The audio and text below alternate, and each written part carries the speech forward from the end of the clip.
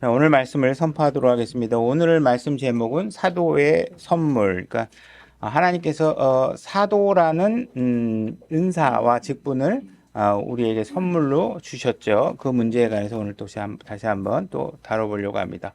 오늘 본문으로는 갈라디아서 1장 1절하고 18절에서 20절 이렇게 두 군데 나눠서 같이 읽도록 하겠습니다. 먼저 갈라디아서 1장 1절 우리 같이 소리내서 읽겠습니다.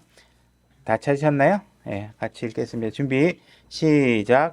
사람에게서 나지 아니하고 사람으로 말미암지도 아니하며 오직 예수 그리스도와 죽은 자로부터 그분을 살리신 하나님 아버지로 말미암아 사도가 된 바울은 읽었으니까 이 문장을 잠깐 우리가 주제에 맞춰서 짚어보면 바울이 내가 사도다 이렇게 얘기하고 있는 것이죠. 근데 이 사도가 된 내가 하고 싶어서 된 거가 아니고 옆에 있는 사람이 너 한번 해봐라. 그래서 된 것도 아니라는 거예요. 뭐 때문에 됐냐? 전적으로 하나님께서 나를 사도로 세우시고 일하게 하셨다는 거예요. 그러니까 자기가 사도가 된 것은 절대로 어떤 사람의 뜻에서 내가 그 직분을 맡지 않았다. 이 사실을 얘기하고 있는 것이죠. 그 왜 이런 얘기를 하고 있는지 18절서부터 20절까지를 같이 소리내서 읽겠습니다. 18절입니다. 준비, 시작. 그 뒤 3년이 지나서 내가 베드로를 만나려고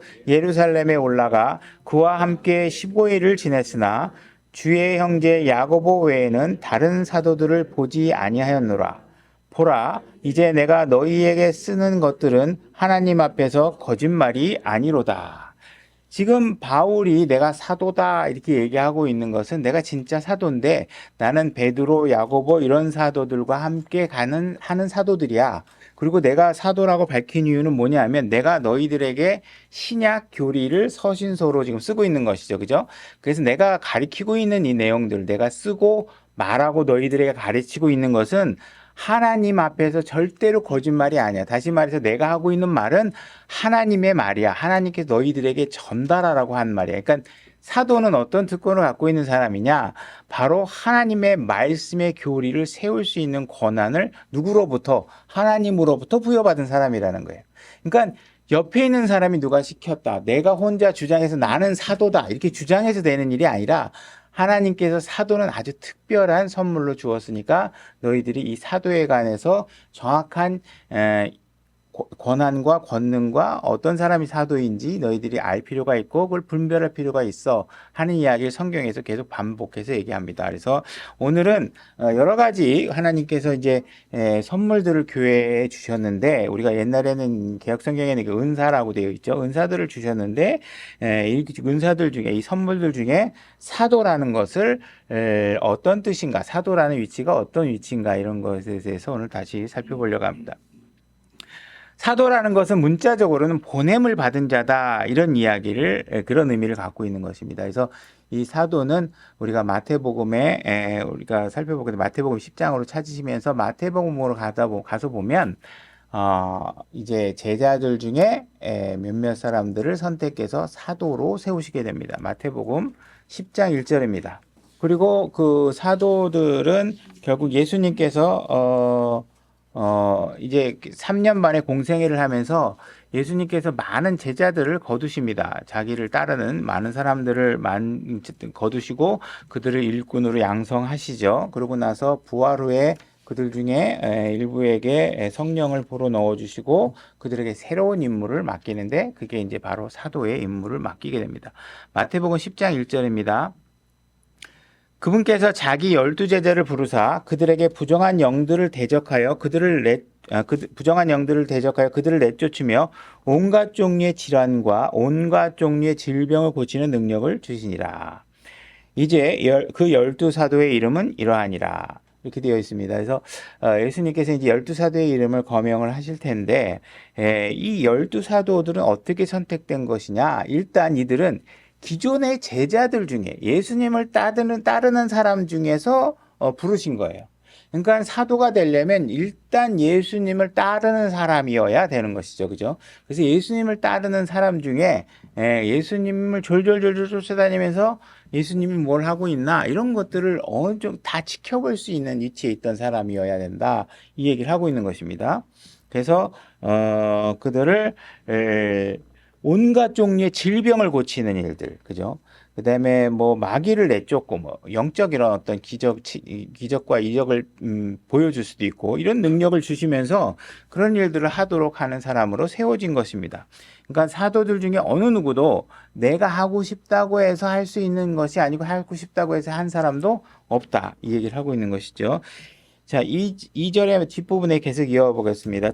첫째, 베드로라 하는 시몬과, 그래서 성경에서 보게 되면 예수님께서 이제 12 제자들의 이름을 거명하는 기록들 부분에서 보면 항상 처음은 베드로고 마지막은 가룟 유다입니다.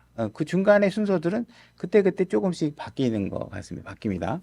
그래서 첫 번째는 베드로입니다. 베드로라 하는 시몬과 그의 형제 안드레와 세베대의 아들 야고보와 그의 형제 요한과 빌립과 바돌로메와 도마와 세리 마테와 알페오와 아들 야고보와 별명이 다데오인 레베오와 가나안 사람 시몬과 가룟 유다인데 그는 또한 그분을 배반하여 넘긴 자더라. 그래서 가룟 유다는 배반해서 넘긴 사람이다. 이렇게 얘기를 하고 있습니다.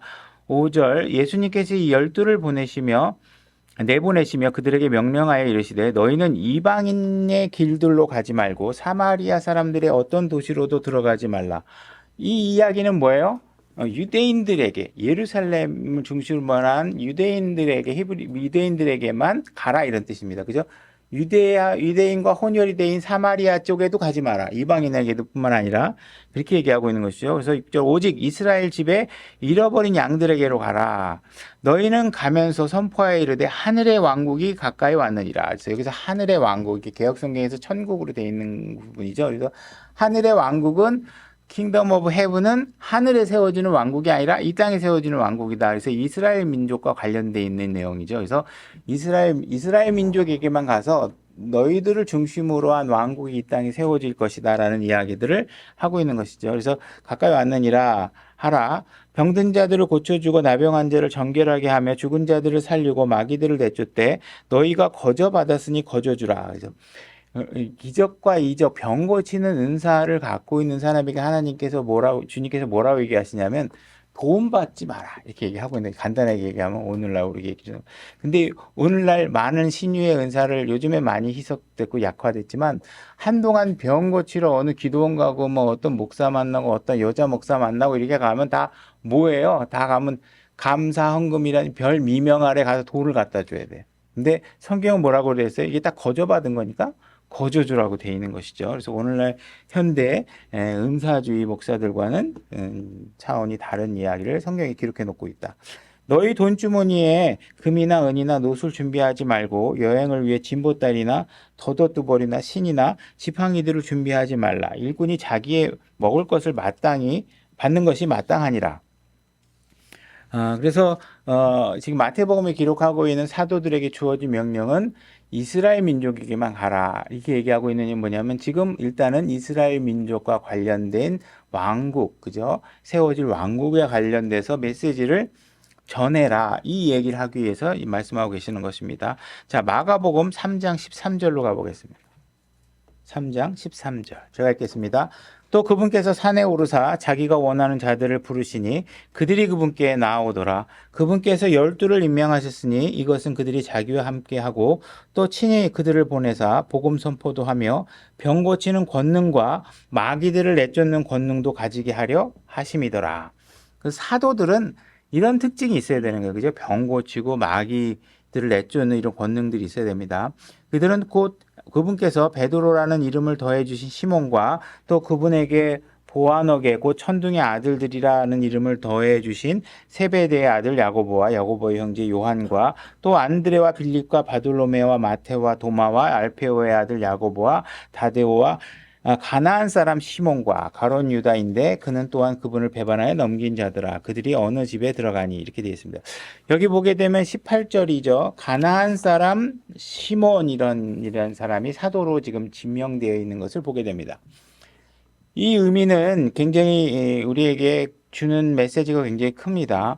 가나안 사람 시몬, 다시 말해서 함 족속의 후손이 됩니다. 가나안 사람 이 시몬이라는 것은 그래서 이 가나안 사람은 사실상 그 노아 시대에 저주받은 민족에 해당됩니다. 근데 민족적으로 저주받았다고 해도 우리가 구원받는 문제들은 신약에 와서 구원받는 문제들은 완전히 개별적인 개인적인 문제입니다. 조상이 누구냐? 내 아버지가 누구냐? 우리 할아버지가 누구냐와 아무 상관이 없이 모든 사람이 구원을 받을 수 있다는 사실들을 얘기하고 있는 것이죠. 하나님께서 심지어 저주한 민족이라 해도 개별적으로 예수 그리스도를 믿기만 하면 구원받을 수 있는 상태가 된다. 그분의 일, 그분을 따르고 그분에게 쓰임 받을 수 있는 일을 충분히 다 행할 수 있다는 사실들을 보여주고 있는 것입니다. 자, 마가복음 6장 30절로 가보겠습니다. 제가 읽겠습니다. 사도들이 같이 예수님께 모여 모든 것, 즉 자기들이 행한 것과 가르친 것을 다 고하매.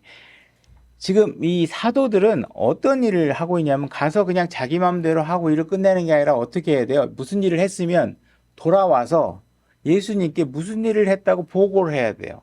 그죠?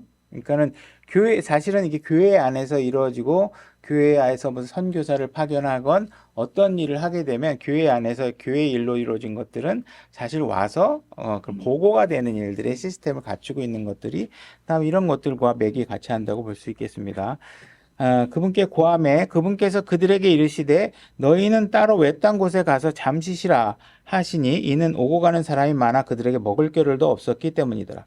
아까 우리 30절에서 읽은 것도 잠깐 지금 제가 첨언을 하면 만약에 교회 안에서 주일학교를 맡겼다 이렇게 얘기를 하면 감독이나 예수님께서도 마찬가지지만 교회 감독도 주일학교에서 무엇이 가르쳐지는지 알아야 됩니다. 그죠? 그들이 와서 내가 오늘 뭘 가르쳤습니다. 라는 것들이 얘기를 해서 정확하게 내가 전하고자 예수님께서 전하고자 하는 메시지가 이들에게 잘 전화했는지 그 전화된 메시지들이 어떻게 잘 효과가 일어나고 있는지 등에 대해서 리포트를 할 필요가 있는 것이죠.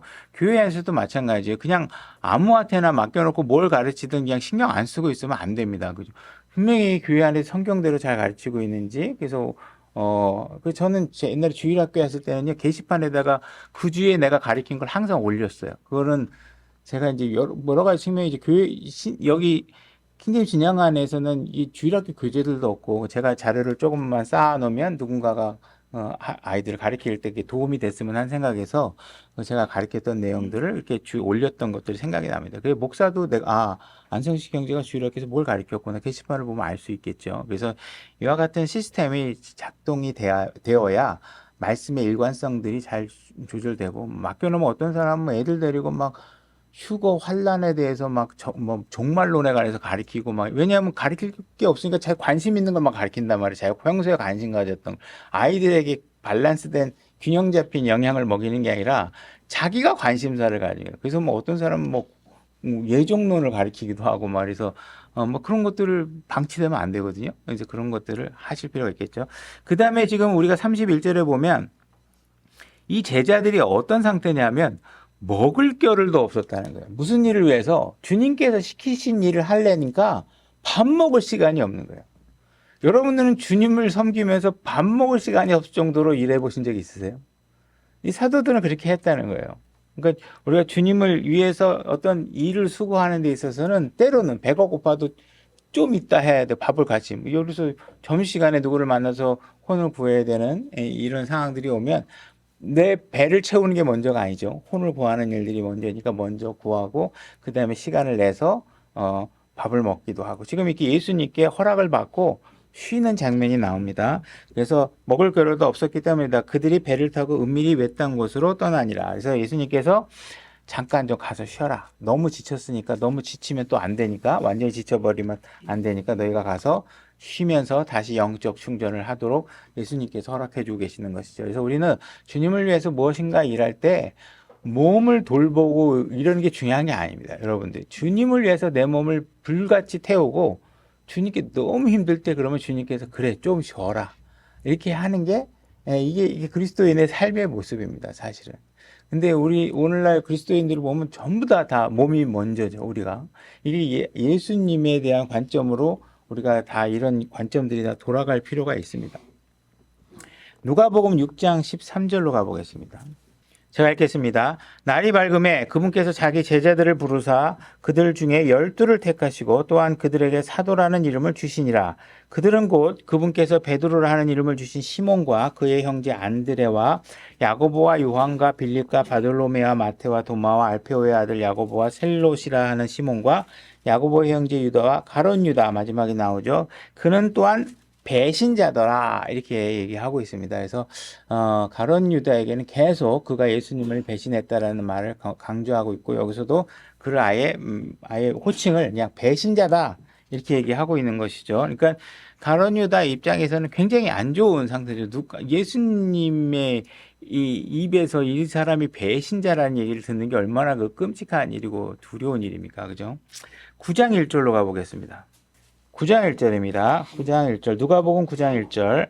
제가 읽겠습니다. 그때 그분께서 자기의 12제자를 함께 부르사 그들에게 모든 마귀를 제압하고. 그러니까는 예수님께서 능력을 주시면 뭐 이렇게 부분적으로 뭐 이렇게 제일 능력 없는 마귀들만 너희들이 제압할 수 있어, 이게 아니라 예수님이 능력을 주시면요, 모든 마귀들을 다 제압하시는 것입니다. 그죠? 예수님은 이 세상의 모든 것 위에 뛰어나신 분이기 때문에 우리에게 주시는 구원도 마찬가지지만 세상에 그보다 더 뛰어날 수 없는 것들을 여러분들이 지금 이미 소유하고 있다는 사실들을 아셔야 돼요. 그래서 여러분들이 그걸 발견하셔야 내 안에 많은 감사들이 뛰어납니다. 그래야 많은 문제와 시험들이 닥쳐도 이것만 끝나면 나에게 주어진 축복들을 우리가 바라보고 우리가 화평을 유지할 수 있는 거죠. 거기서 우리의 그리스도인의 진가가 나타나는 거죠. 세상 사람들은 문제가 생기면 그냥 좌절하고 말아요. 그걸로 끝이죠. 그러나 그리스도인들은 어때요? 그런 문제가 와도 웃을 수 있어. 왜? 이게 끝이 아니니까. 그죠?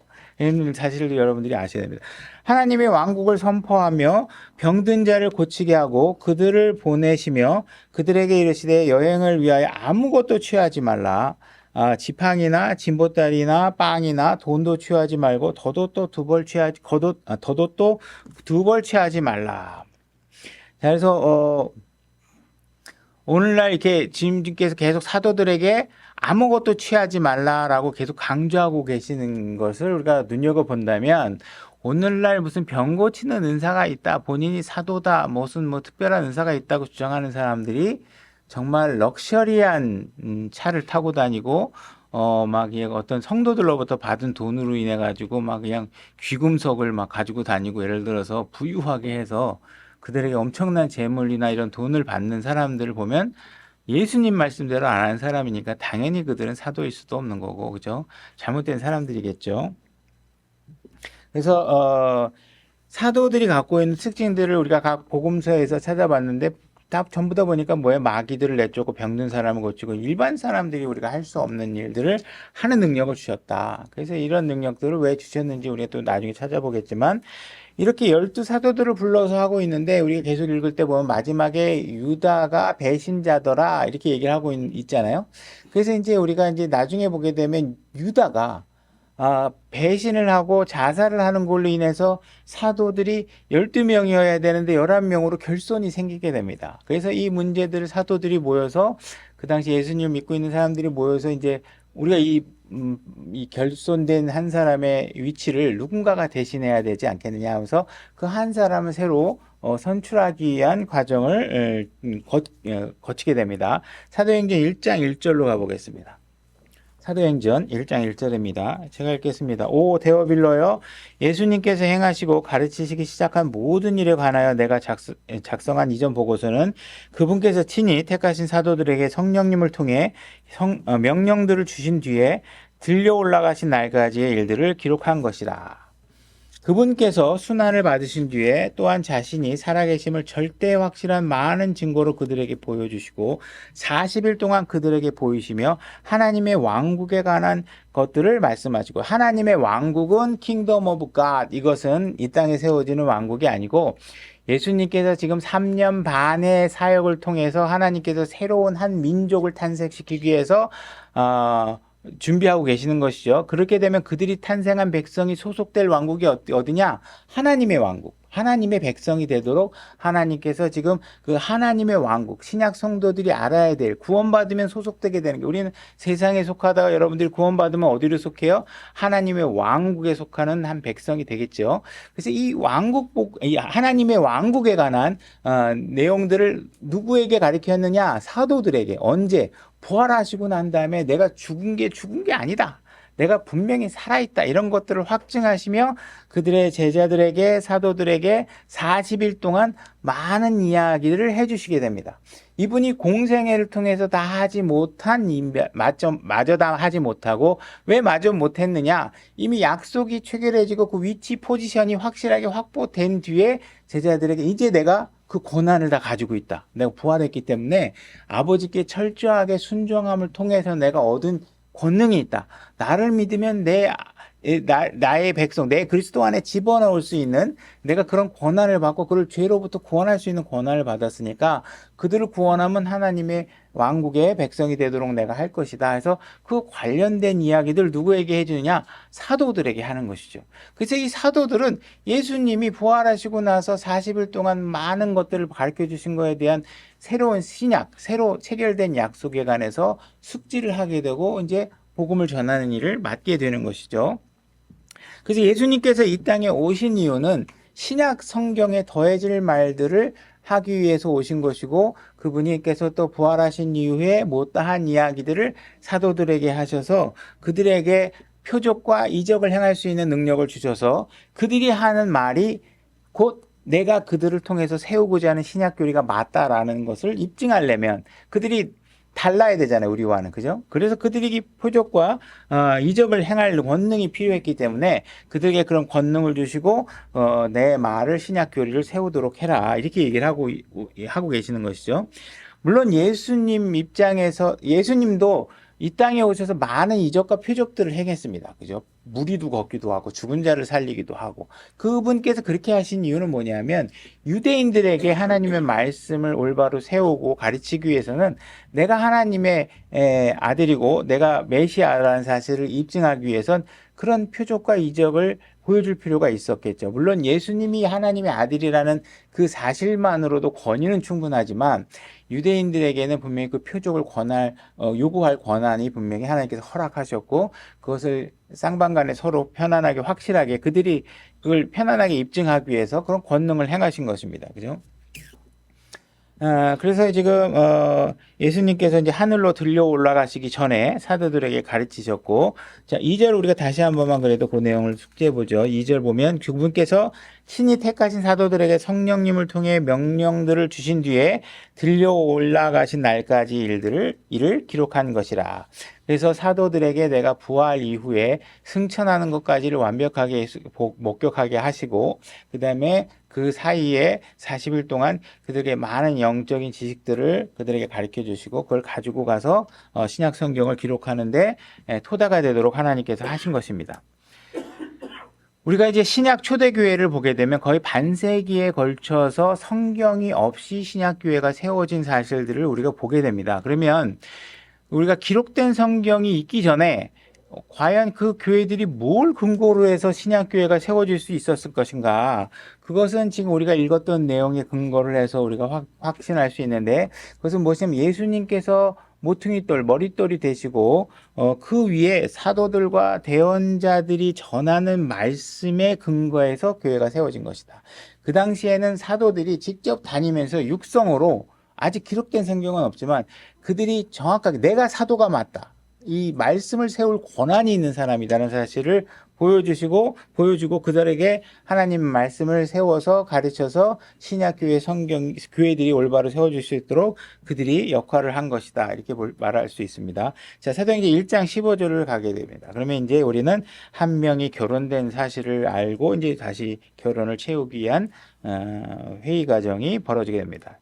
사도행전 1장 15절 제가 읽겠습니다. 함께한 사람들의 이름의 수가 약 120이더라. 그러니까 신약교회를 태동시키기 위해서 이제 오순절을 기다리면서 이들이 탁 모여가지고 있는 사람들의 숫자가 몇 명이에요? 120명. 여러분들이 이 낮은 마음 침례교회가 뭐 한 20명 남짓하고 이렇게 한 사실에 대해서 실망하지 말아야 될 이유가 뭐냐? 예수님이 3년 반 동안 해갖고 모아놓은 교회 출발 인원이 몇 명이다? 120명이다. 120명. 그러면 그냥 우리가 그냥 한 20명 정도 신실한 그리스도의 형제 자매로서 우리가 교회를 세워 나가는 것이 그렇게 절망스러운 일은 아니다라는 사실들을 아직 예수님도 이 정도밖에 못 모았는데 그죠? 우리가 진짜 이 정도 모아서 그래도 우리가 말씀 안에서 하나님을 섬기는 교회의 형태를 취할 수 있다는 사실이 굉장히 감사한 일이라는 사실들을 아셔야 됩니다. 예수님께서는 병도 고치고 그죠? 죽은 사람도 살리고 뭐 무덤에서 나와라 그러면 막 나오고 이런 거 해가지고 모은 사람이 120명이다. 그죠? 우리는 그런 거 없이 기록된 성경에 대한 신뢰만 가지고도 믿음만 가지고도 이만큼 모였다 하는 사실을 우리가 유념하시고 숫자 이런 거에 너무 연연하지 마시고 각자 교회 생활에 열심히 하면 더 좋을 것 같습니다. 16절 읽겠습니다. 사람들아 형제들아 예수님을 잡아간 자들의 길잡이가 된 유다에 대하여 성령님께서 다윗의 입을 통해 미리 말씀하신 이 성경 기록이 반드시 성취될 필요가 있었나니 이는 그가 우리와 함께 계수되어 이 사역의 한 몫을 맡았기 때문이라. 이제 이 사람이 불법의 대가로 밭을 산 뒤에 거꾸로 떨어져 한가운데가 터졌고 그의 모든 창자가 흘러나왔으므로 이 일을 예루살렘에 거하는 모든 사람들이 알게 되어 그 밭을 자기들 고유의 말로 아겔다마라 하니라. 이것은 곧 피밭이라는 말이라.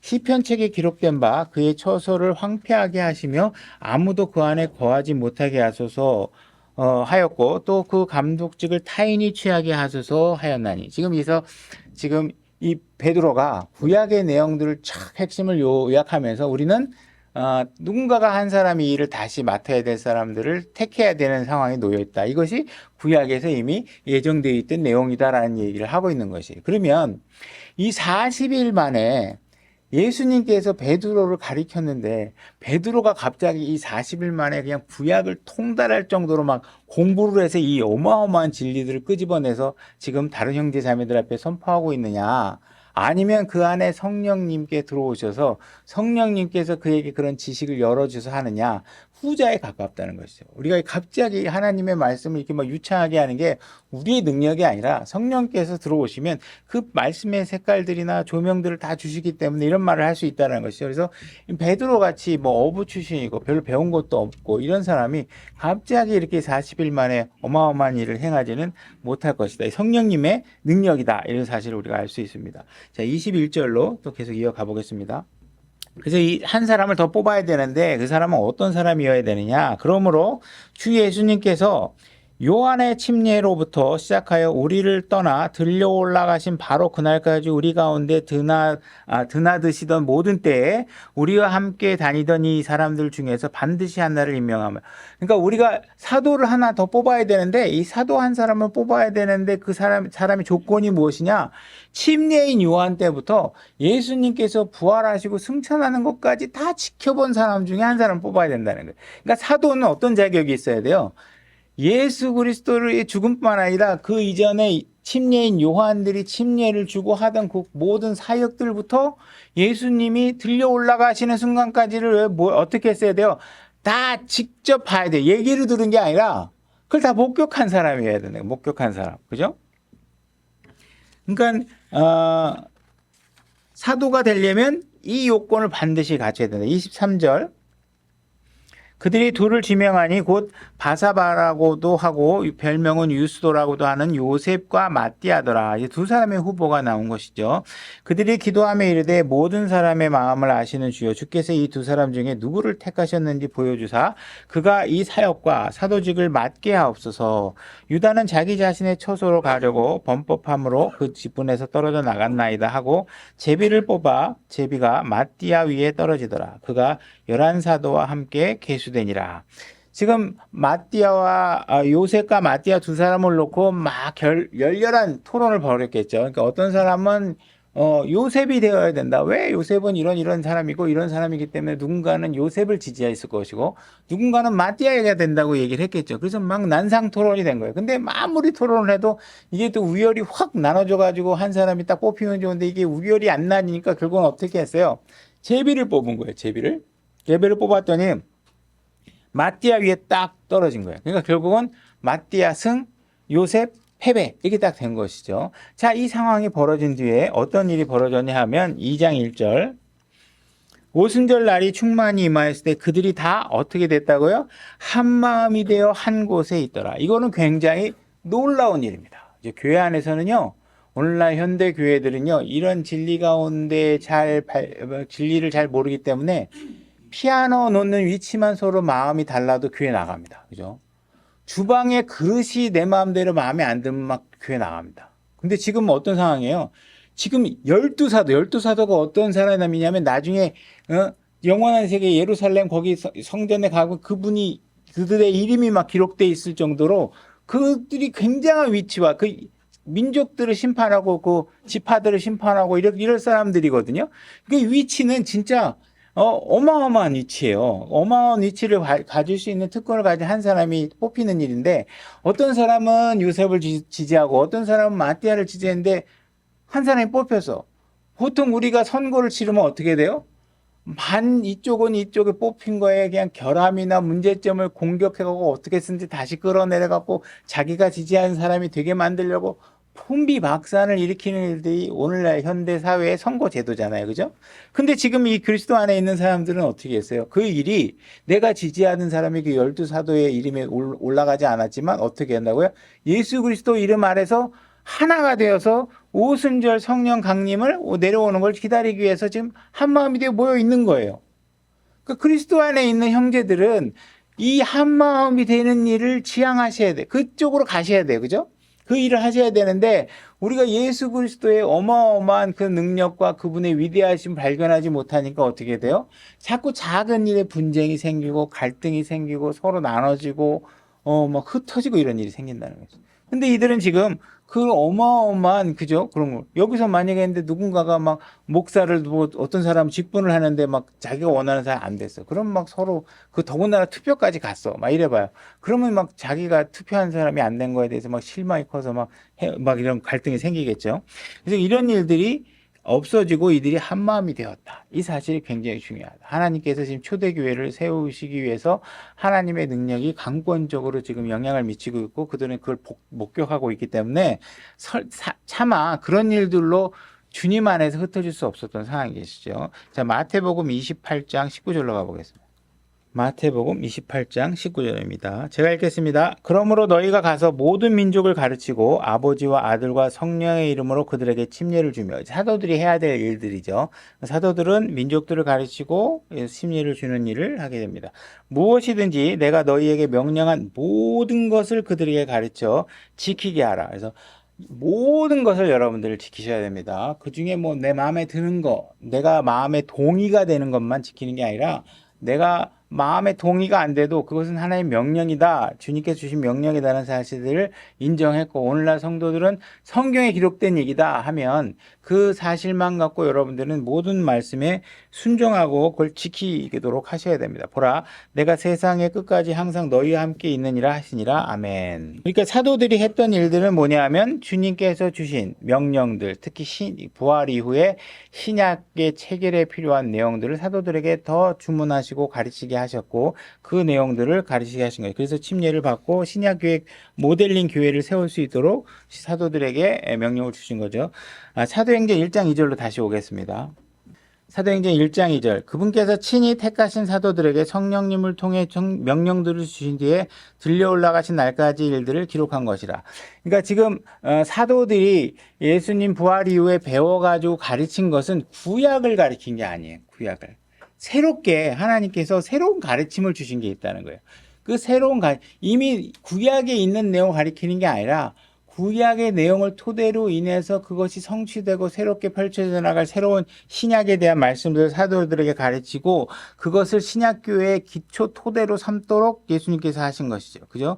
그들이 신약 성경이 완성되지 못한 상태에서도 신약교회를 세울 수 있었던 이유는 뭐냐면 사도들이 그것을 친히 아주 지엽적으로지만 친히 그걸 돌아다니면서 다 가르친 것이죠. 그죠? 그래서 그 당시에 그렇게 가르쳐진 것과 오늘날 우리가 성경을 갖고서 하나님의 말씀을 보는 것에서는 그 풍성함에는 어마어마한 차이가 있습니다. 오늘날 신약 성도들이 초대교회 이후에서 기록된 문자 활자로 인쇄된 성경을 갖고 있다라는 건 우리에게 어마어마하게 축복입니다.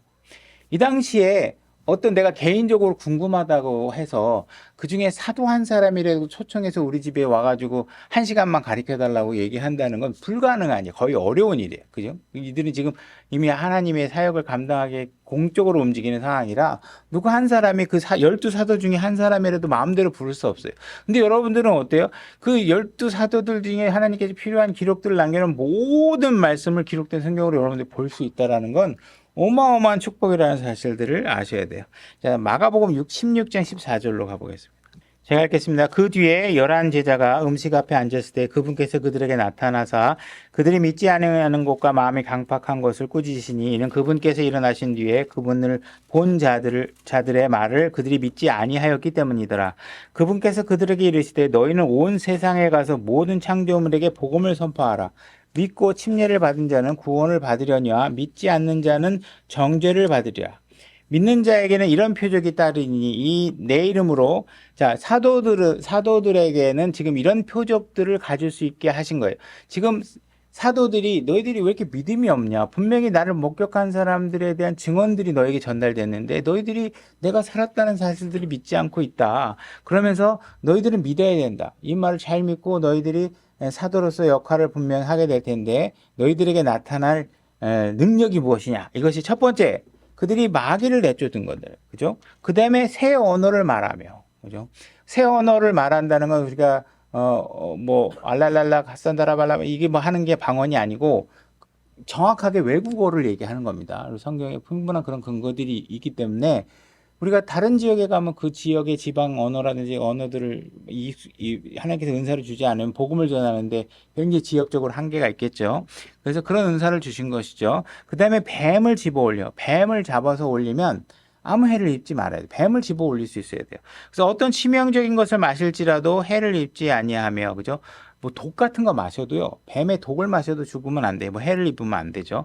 병든 사람들에게 안수하며 그들이 나으리라 하더라.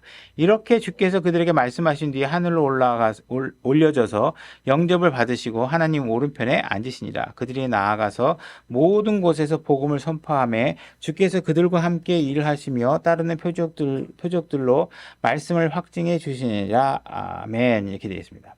그래서 사도다 이렇게 주장하려면 지금 우리가 읽은 5가지 표적과 이적을 행할 수 있는 능력이 있어야 돼요. 그죠? 이 중에 하나라도 못하면 안 돼요.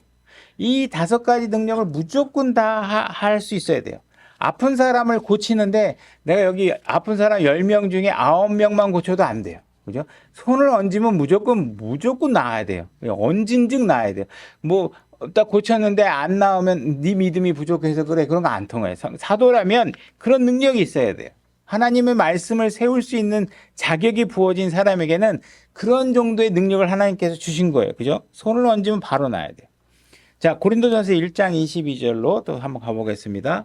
제가 읽겠습니다. 고린도전서 1장 22절. 유대인들은 표적을 구하고 그리스인은 지혜를 구하나. 그래서 유대인들에게 일단 유대인들에게 말씀이 맡겨졌기 때문에 유대인들에게 하나님 말씀의 교리를 세우기 위해서 그들에게 교리를 전달할 때 그들이 요구할 수 있는 권한이 있어요. 뭘 요구하냐? 표적을 달라. 네가 진짜 하나님의 사람인지 이게 하나님의 메신저인지를 정확하게 입증을 해라. 이렇게 하는 것이죠. 그래서 주님께서는 자기가 보낸 사도들에게 유대인의 요구에 충족할 수 있는 능력을 주신 거예요. 그래서 그들이 표적과 이적을 행하는 능력을 우리가 5가지들을 다 보여줬어요. 그러면 그걸로 되느냐? 그걸로 안 돼요. 아까 우리가 또 다른 자격이 주어져야 되잖아요. 뭐예요? 요한의 침례를 봤냐 이거. 요한의 침례를 못 봤다. 그러면 이건 사도가 아니에요. 그죠? 그다음에 뭐 예수님께 십자가에 달린 거 봤냐? 못 봤다. 그러면 그건 사도가 아니에요. 그죠? 될 수가 없어요. 부활 후에 살아계신 걸 봤냐? 부활하시고 예수님이 부활한 예수님을 만난 적이 없다. 그러면 그거는 사도가 안 되는 거예요. 이 모든 것들이 다 완벽하게 충족돼요. 그 중에 하나만 아니오만 나오면 어떻게 돼요? 그건 사도가 아니에요. 사도가 아니에요. 하나님께서 다 만족해야 된다고요. 자, 9장 1절, 고린도전서 9장 1절로 가보겠습니다. 9장 1절 이제 내가 바울은 내가 사도다 이렇게 얘기하고 있어요. 내가 사도가 아니냐? 내가 사도 맞다. 그죠? 실제로 이 바울은 뱀을 집어 올리고 뱀의 독에 물려도 죽지 않고 해를 입지 않았고, 그죠? 아까지 병을 고치고 하는 능력들이 다 사도의 기간 동안 모든 능력을 주셨어요. 내가 사도가 맞다. 내가 자유로운 자가 아니냐? 내가 예수 그리스도 우리 주를 보지 못해. 내가 예수님 다 봤다, 만났다.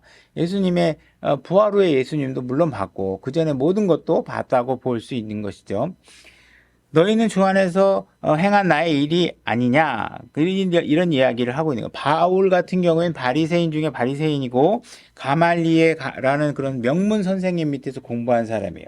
그렇기 때문에 이 바울이 침례인의 요한을 목격하지 못했을 리가 없고, 또한 이 당시에 유대인들에게 그 명문가 학생이 유대인들이라면 침례인의 요한을 권위를 무시할 수 없는 상황이었기 때문에 분명히 침례인 요한의 침례까지도 거의 받았을 것이라고 우리가 짐작할 수 있어요. 성경에 나와 있지 않지만 만약에 바울이 침례인의 요한의 침례를 받지 못하거나 그를 목격하고 그를 한 일들에 대해서 결격 사유가 있었다. 그러면 그 당시에 유대인들이나 그 사회에서 그의 허물을 짚어내서 그를 공격하는 일들이 발생하지 않았을 리가 없다라는 것이죠. 그래서 분명히 그는 문제를 제기하지 않은 걸로 봤을 때 분명히 침례의 요한을 보았고 그에게 침례인의 요한의 물침례도 받았을 것이다. 이렇게 얘기하고 할 수 있는 것이죠. 그 다음에 우리가 스데반의 사건도 봐서 알고 있지만 예수님과 관련된 어떤 그 교회 사역의 중요한 장면마다 그 바울은 뒤에서 다 모든 것들을 모니터링하고 있었던 것을 우리가 알 수 있습니다. 니고데모가 밤늦게 예수님을 찾아간 것처럼 아마도 바울은 예수 그리스도가 어디서 무슨 이적을 행했고 병든 자를 고치고 앉은 뱅이 이런 목격 장소들에 계속 추적을 하면서 예수라는 사람이 어떤 일을 행했는지를 계속 지켜봤을 것이라는 것이죠. 물론 마지막에 우리는 성경의 기록을 통해서 그가 부활한 예수를 목격한 사실도 우리가 알 수 있습니다. 그래서 이런 상황들을 봤을 때 분명히 사도 바울은 사도직을 감당하기에 충분한 자격을 갖추고 있었다. 그렇기 때문에 사도직을 줬겠죠. 만약 이런 사실 중에 하나라도 결격 사유가 있었다면 아마 그 바울에게 예수님께서 사도직을 허락하지 않으셨을 것이라고 생각할 수 있겠죠. 고린도후서 12장 11절로 가보겠습니다. 12장 11절 제가 읽겠습니다. 고린도후서 12장 11절입니다. 내가 자랑함으로 어리석은 자가 되었거니와 너희가 억지로 나를 시켰느니라. 내가 너희에게 칭찬을 받아야 마땅하노니 내가 아무것도 아닐지라도 무슨 일에서나 가장 으뜸가는 사도들보다 결코 뒤지지 아니하니라. 그죠? 진실로 내가 너희 가운데서 모든 인내와 표적들과 이적들을 능한 행위들로 사도들의 표적을 행하였느니라. 그러니까 바울은 침례인 요한부터 마지막까지 예수 그리스도 부활까지를 목격한 사람일 뿐만 아니라 실제로 아까 우리가 마가복음에서 제시했던 5가지 표적과 이적들을 능히 행했던 사람이라는 것입니다. 그래서 오늘날 우리가 이제 정확하게 우리가 성경에 근거해서 우리가 말할 수 있는 것들을 우리가 찾아보면 성경 어디에도 목사에게 병 고치는 은사나 표적과 이적을 허락하셨다라는 구절은 없습니다. 그죠? 복음 전도자나 믿는 성도들에게는 이런 표적이 따르리니 그런 거 없습니다. 오직 누구에게만 주어진 것이냐? 사도에게만 이런 표적이 따른다고 얘기한 것이죠. 그죠? 그러니까 여러분들이 누군가가 나타나서 내가 사도다 이렇게 얘기를 하면 반드시 확인해 봐야 될 게 있는데 뭐냐면 5가지 이적과 표적을 행하느냐, 그리고 실질적으로 예수 그리스도를 침례인 요한부터 예수 그리스도의 부활 이후의 사건까지 목격했느냐, 이 사실을 물어봐야 돼요. 오늘날에는 일단 아무리 병 고치고 무슨 초자연적인 능력을 행사한다 그래도 사도가 될 수 없는 결격 사유가 반드시 있자. 뭐예요? 이 침례인 요한을 목격할 수가 없잖아요. 그러니까 이게 오늘날 누군가가 내가 사도다 이렇게 얘기하면 그는 거짓말쟁이다, 뻥이다 이렇게 하시면 되는 것이죠. 그죠? 그래서 누군가가 속임수로 내가 병을 고쳤다든지 몇 명 돈 주고 사가지고 간증하는 사람들 사가지고 소맨십 하는 사람 사갖고 제가 병이 고쳐 다리가 펴졌어요, 눈이 잘 보여요, 귀가 잘, 아무리 그런 걸 했어도 어디서 걸려요? 못 봤어. 침례인 요한을 본 적이 없어. 그죠? 예수님 부활도 목격할 수가 없어. 그죠? 그러니까 지금은 예수 그리스도께서 완벽하게 기록된 성경을 성취해 놓은 상태에서는 어느 누구도 사도의 사역을 필요로 하지 않기 때문에 누가 지금 사도의 역할을 하고 있다 하는 이야기들은 시대착오적이고 성경을 잘 이해하지 못하는 그런 몰지각한 상황에서 얘기하는 거라는 거예요. 그러니까 만약에 누군가가 와가지고 내가 뭔가 이렇게 사도다 뭐 이렇게 하게 되면 내가 뭐죠? 이제 어떤 기적과 이적을 행했다 뭐 이런 이야기들을 하게 되거나 다른 복음을 전하게 되면 여러분들은 거기에 관심을 가지면 안 돼요. 관심 가지고 그냥 우리가 그 사람한테 복수하라 이렇게 이야기한 것도 없어요. 그냥 그분은 다른 복음을 전하면 어떻게 하나님께서 그들을 저주하시겠다고 했으니까 누군가 사도이고 싶어서 난리를 치면 어떻게 하셔야 돼요? 여러분들을 분별하시고 그들을 걸러내셔야 돼요. 그리고 그들을 뭐 바로잡으려고 쫓아다닐 필요도 없어요. 나는 거기 가서 그들의 무지를 깨우치게 할 거야. 막 이런 사람들 있어요. 그래서 오늘날 킹제임스 성경에 또 제가 들어오고 나서 많은 사람들이 나는, 장로교회 가서 그들에게 킹제임스 성경을 보급하고 진리를 선포할 거야. 그런 거 하시면 안 돼요. 그들이 거기서 나오도록 필요하면 얘기는 해줄 수 있고 나온 사람에게 복음을 전할 수 있지만 이미 세워진 교회 그 안에 들어가가지고 그 조직을 해치고 이런 것들을 하시면 안 돼. 그런 것들은 하시면 안 돼. 하나님이 허락하신 일만 하셔야 돼요. 자, 계시록 2장 1절로 한번 가보겠습니다. 제가 읽겠습니다. 에베소 교회의 천사에게 쓰라. 오른손에 7뼈를 붙잡고 있는 이 곧 7 금 등잔대의 한가운데를 거니는 이가 이것들을 말하노라. 내가 네 행위의 수고와 인내와 또 내가 악한 자들을 용납하지 못함을 아노니. 여기까지가 이제 영어 문장에 보게 되면 딱 그 콜론으로 돼 있어가지고 완벽한 문장이 여기서 딱 끝납니다. 그리고 7절 한번 가보겠습니다. 7절. 귀 있는 자는 성령께서 교회들에게 말씀하시는 것을 들을지어다. 그래서 여러분들은 지금 우리가 앞에 2장 1절부터 2절까지 읽은 내용이 어떤 내용이냐면 교회들에게 한 내용이에요. 교회들. 그래서 지금 이 말씀을 통해서 그 하나님의 말씀의 방향이 어떻게 지금 이어지고 있는 것이냐면 예수님께서는 지금 에베소 교회 사람들을 칭찬하는 거예요. 너 지금 잘하고 있다. 내가 박수를 보낸다. 내가 너희들 너무 칭찬하고 싶어. 내가 너무 잘했다고 칭찬해주고 싶은데 그 칭찬해주고 싶은 이유가 뭐냐면 내가 악한 사람을 용납하지 않은 것에 대해서 칭찬하고 있는 거예요.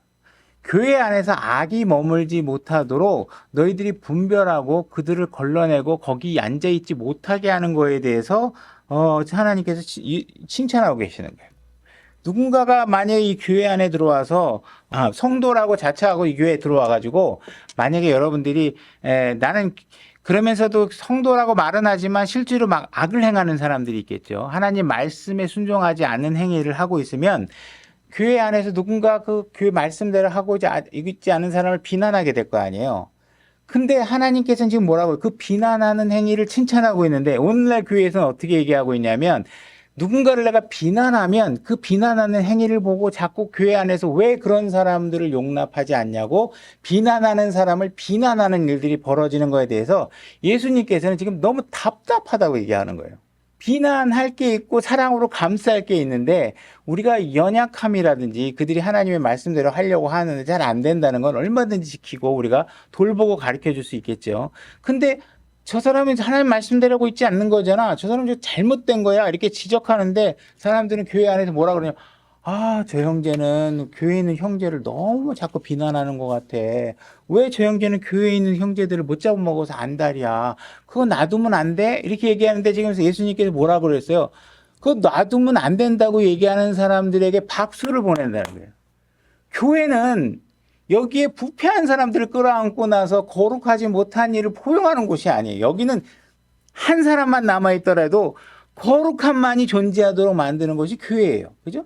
하나님의 일에 있어서는 그렇다는 거예요. 그러니까 우리가 이런 일들에 관해서 무언가 죄들을 포용하는 것이 마치 포용이고 사랑인 것처럼 얘기하고 하는 일들에 대해서 경계해라 이렇게 얘기하고 그런 사람들이 실제로 교회에서는 누군가를 비난하는 사람 비난하면서 밖에 나가서는 예를 들어서 동성애를 지지하는 사람에 대해서 아무 말도 안 하고 거기 가가지고 무슨 남자끼리 결혼하는 문제에 관해서 별로 비난은 안 하면서 교회 안에서 누군가가 하나님 말씀대로 하지 않는 사람에 대해서 비난하는 사람 보면서 자꾸 저 사람이 너무 형제를 미워한다, 증오한다 이렇게 얘기를 하면 안 된다는 거예요.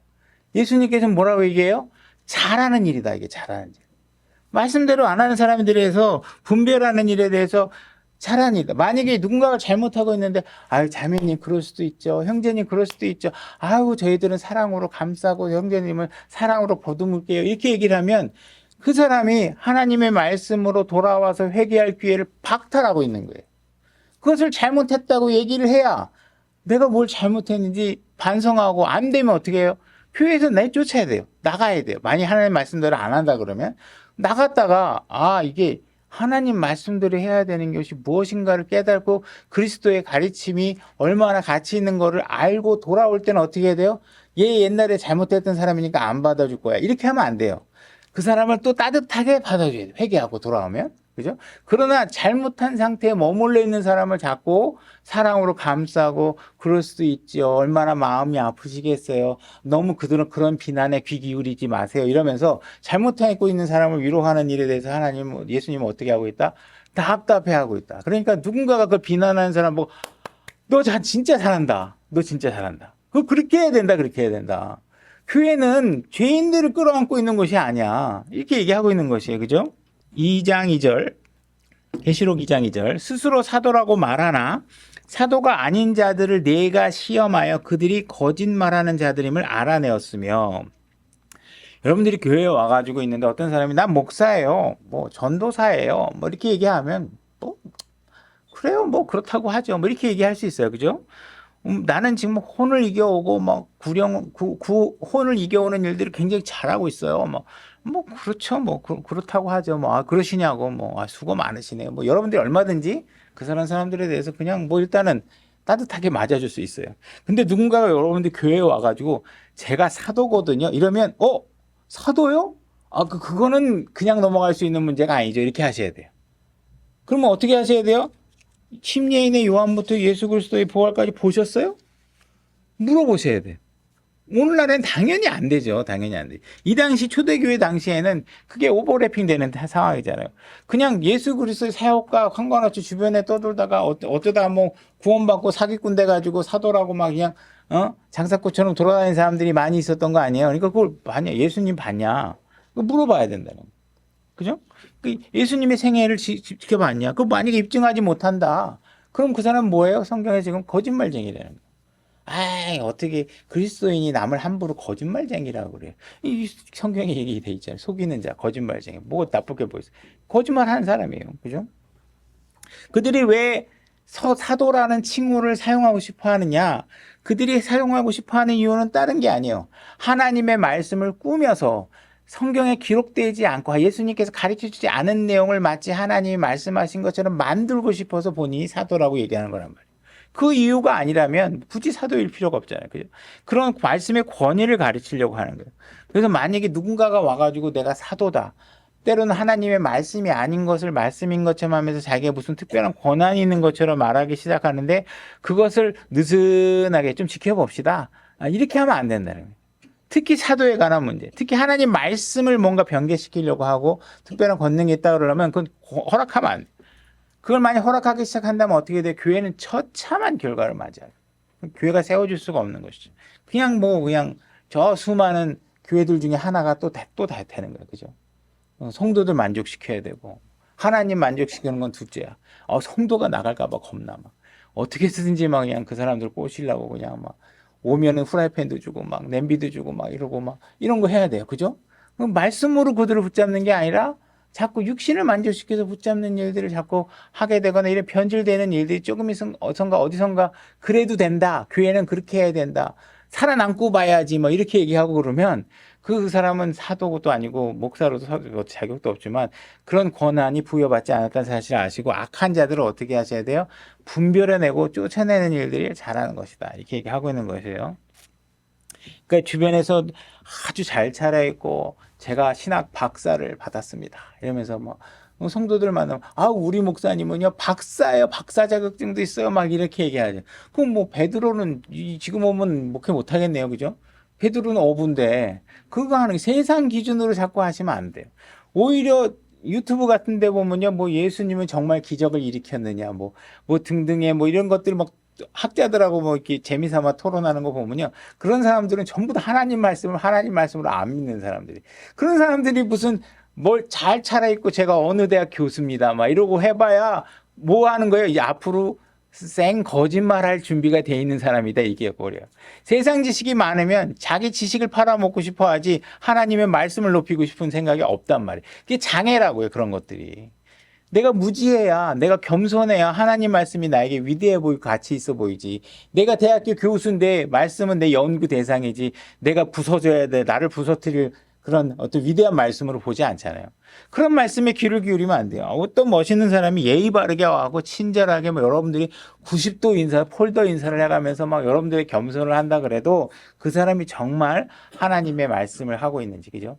누군가가 가지고 여러분들 배꼽을 잡고 막, 아우, 이 전 목사님 얘기 들으면 잠이 하나도 안 와. 너무 재밌어. 막 이러면서 듣는데 전부 다 막 뭐 속임수와 뭐 꾸며낸 얘기를 막 해가면서 여러분들을 기록된 최종 권위의 말씀으로 이끌지 못하는 설교를 하고 여러분들 재미있게 막 뭐 부부관계는 어떻게 해야 되고요 막 하면서 막 성경 말씀과 다른 이야기들을 막 혼자 개발한 얘기 막 하고 여러분들 재밌게 해줬다.